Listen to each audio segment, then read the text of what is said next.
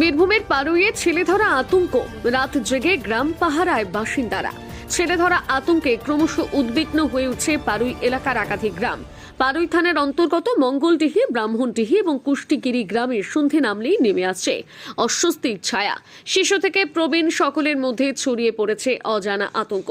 স্থানীয় সূত্রে জানা গেছে, ব্রাহ্মণডিহি মঙ্গলডিহি এলাকায় কয়েকদিন আগে দুই অজ্ঞাত পরিচয় ব্যক্তি গ্রামে ঘোরাফেরা করে শিশুদের ডাকাডাকি করে বলে অভিযোগ। বিষয়টি জানাজানি হতে গ্রামবাসীরা তৎপর হয়ে তাদের ধাওয়া করে, তবে পরে ওই দুই ব্যক্তির আর কোনো খোঁজ মেলেনি। এই ঘটনার পর থেকে আতঙ্ক আরও বাড়তে শুরু করেছে।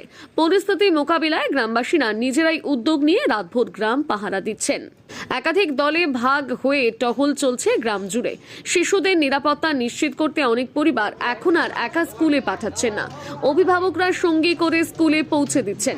এদিকে পারুই থানার পক্ষ থেকে জানানো হয়েছে, এলাকায় নিয়মিত টহলদারি বানানো হয়েছে এবং গুজব রটনা রুখতে নজরদারি চলছে। পুলিশ প্রশাসন সাধারণ মানুষকে গুজবে কান না দিয়ে সতর্ক থাকার পাশাপাশি কোনো সন্দেহজনক ঘটনা দেখলে দ্রুত থানায় খবর দেওয়ার আবেদন জানিয়েছে। গ্রামবাসীদের দাবি, প্রশাসনের করা নজরদারি এবং সচেতনতামূলক প্রচারই পারে এই আতঙ্কের পরিবেশ কাটাতে। আপাতত নিরাপত্তার স্বার্থে সতর্ক থাকাই ভরসা, এই বার্তাই দিচ্ছেন এলাকার মানুষ। আমাদের বাড়িতে ছোট বাচ্চা আছে, সে বাচ্চারা স্কুল যেতে চাইছে না, আর ভয় করছে যে ছেলে ধরা মা বেরিয়েছে, আমাদেরকে ভয় লাগছে, ওই জন্য স্কুল যাচ্ছে না। সবাই আতঙ্কিত যাতে এরকম না হয়। সন্ধ্যা হলেই তো সব বেরোইতে পারছে না বাড়ি থেকে, স্কুল যেতে পারছে না, বাচ্চারা রাতে বেরোতে পারছে না, ঘরেও আমাদেরকেও ভয় লাগছে, মানে সব চারিদিকে কেমন আতঙ্কিত লাগছে।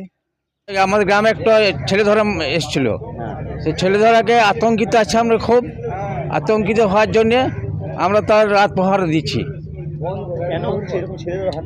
হঠাৎ চলে আসছে, চলে আসার পরে মসজিদে ওইখানে দুজন এসেছিল, সেইখানে দুটো ছেলেকে তাড়া করেছে। তাড়া করার পরে তারা গোটা গ্রাম আতঙ্কিত হয়েছে। সেইখান থেকে চলে গেছে পোছেরা থেকে চলে গেছে ওই মাইপুর থেকে চলে গেছে ব্রালতোর, সিসিটা, এইগুলো সব আতঙ্কিত সব। সেই দিন এখানে খেলাচ্ছিলাম, নিয়ে একটা লোক এসেছিল, ওইখানটায় দাঁড়িয়ে ছিল, নিয়ে একজন নামাজ পড়ে যাচ্ছিল, একটা ছোট বাচ্চা, নিয়ে তখন ওকে ধরার জন্য আসছিল, নিয়ে ও চিল্লাতে লেগে গেছিলো, নিয়ে একজন মানে একটা দাদা এসে ওকে করলো, নিয়ে ও তখন ওই গলিটাতে লুকিয়ে গেল। তারপরে ও ওই গলিটা হয়ে এদিকে চলে এলো, নিয়ে যখন সবাই চলে যেতে লাগলো ঘর, তখন ও মাঠে ছুটে চলে গেছিল। ওই কিডন্যাপারটা ভয় লাগছে। স্কুল যাচ্ছ না? স্কুল কয়েকদিন যায়নি। অনেক ভয় লাগছে, রাতে ঘুম হচ্ছে না, ভয়ের মধ্যেই রয়েছি। কেন? এই আসছে সব ছেলে ধরা মারা। এ তো পরশু দিনকে ছাগল চলতি গাড়ি থেকে ছাগল নিয়ে পালাইছিল, এই যে এখন যাবো পার করতে। মানে স্কুল গিয়েছিল কলেজ ধরে? না, কদিন থেকে যেতে দিই নাই। ছেলেটা ওখানে আমরা মসজিদে নামাজ পড়ার সময় বেরিয়েছিল।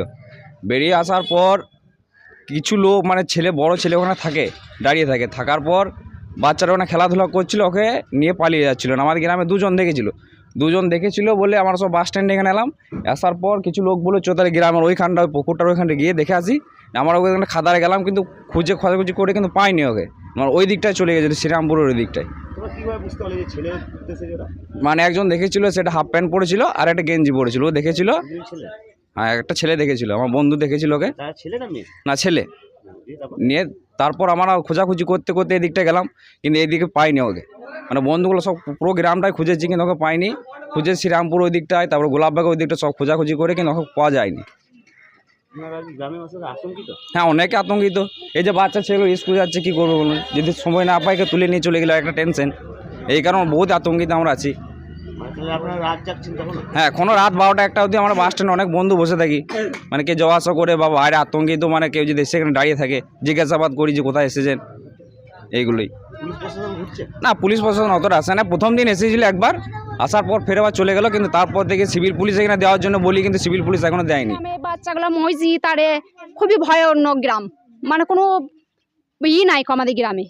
এগুলো তো একটু শাসন রাখা ভালো। বাচ্চাগুলো তো স্কুল যাবে সবসময়, তো আর গার্জেনের সময় হয় না যে পার করে দেওয়া নিয়ে আসা, গার্জেনদেরও কাজ আছে। তাহলে এটা আমরা মানি না মুখ্যমন্ত্রীর কাছে। অবশ্যই আতঙ্কিত। রাত্রে বেরোতে আমরা বাচ্চাদেরকে মসজিদ পাঠাতে পারছি না, আমরা ঘরে স্কুল পাঠাতে পারছি না, চারিদিকে দরজা জানলা বন্ধ করে বাড়ির মধ্যে বাচ্চাদেরকে রেখে দিতে হচ্ছে।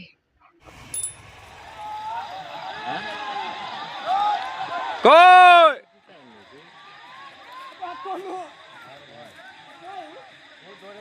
কই